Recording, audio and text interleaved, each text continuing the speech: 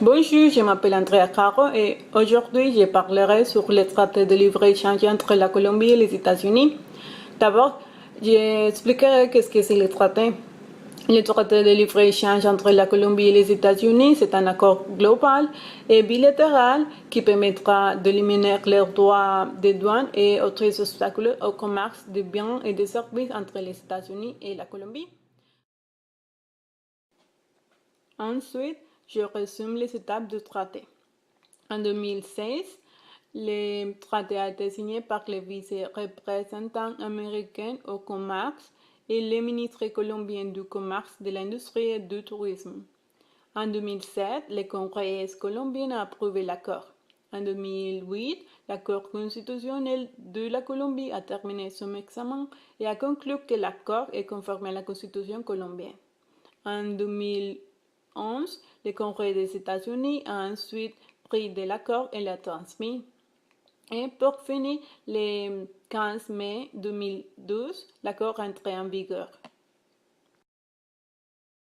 Je pense que c'est vraiment important de connaître la perspective colombienne et la perspective américaine sur l'accord de libre-échange. Par les Américains, l'approbation a avantage pour les emplois américains, il augmenterait les exportations américaines et il améliorerait la compétitivité américaine parce que l'économie de la Colombie est le troisième en importance en Amérique centrale et du Sud. Et cet accord commercial global éliminera les tarifs douaniers et autres barrières aux exportations des États-Unis, l'expansion du commerce entre leurs deux pays et de promouvoir les connaissances économiques à la fois. L'accord donnera un nouveau accès important à 100 milliards de dollars du marché des services de la Colombie, en soutenant l'augmentation des opportunités de fourniture de services américains. L'économie de la Colombie et des États-Unis sont largement complémentaires en termes de produits parce que, par exemple, la Colombie est un grand importateur de céréales des États-Unis, tandis qu'elle exporte un certain nombre de fruits tropicaux aux États-Unis. En outre, les cotons, fils et les tissus exportations américaines vers la Colombie sont utilisés dans les nombreux articles d'habillement que les exportations colombiennes vers les États-Unis.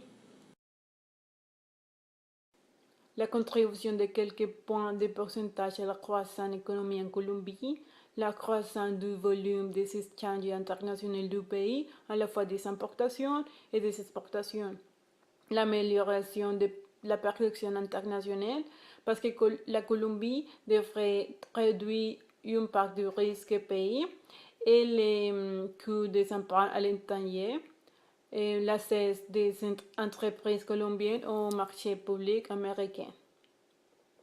Le pour et le contre du traité de libre-échange entre la Colombie et les États-Unis. Je vous donnerai mon avis comme colombienne. Le contre, l'industrie avicole colombienne est dans une situation désavantageuse parce que les Américains produisent de la nourriture par le aussi dans leur pays et avoir des subventions, principalement pour les maïs et les soja. L'industrie du riz n'a pas un programme de modernisation qui vous permette d'être compétitif. Plus de 315 000 petits agriculteurs sont en grave menace. La récolte du café en Colombie, histoire déclarée aussi d'alerte, déjà réduction s'élevée à 30% du chiffre d'affaires internationaux de céréales. La faiblesse du régime d'assurance. Entrepreneurs colombiens disent qu'ils n'ont pas la possibilité d'acheter de nombreux autres types d'assurance que les sociétés américaines ont. Le pour. Meilleures options de formation. Il y aura accès à la formation, l'assistance technique et le transfert de technologies dans le cadre des projets de coopération internationale convenus dans les traités. Faciliterait également l'accès des professionnels colombiens aux États-Unis. La modernisation technologique parce que les entreprises industrielles auront accès à une technologie moins coûteuse pour la réduction des droits de douane ce qui augmentera sa compétitivité.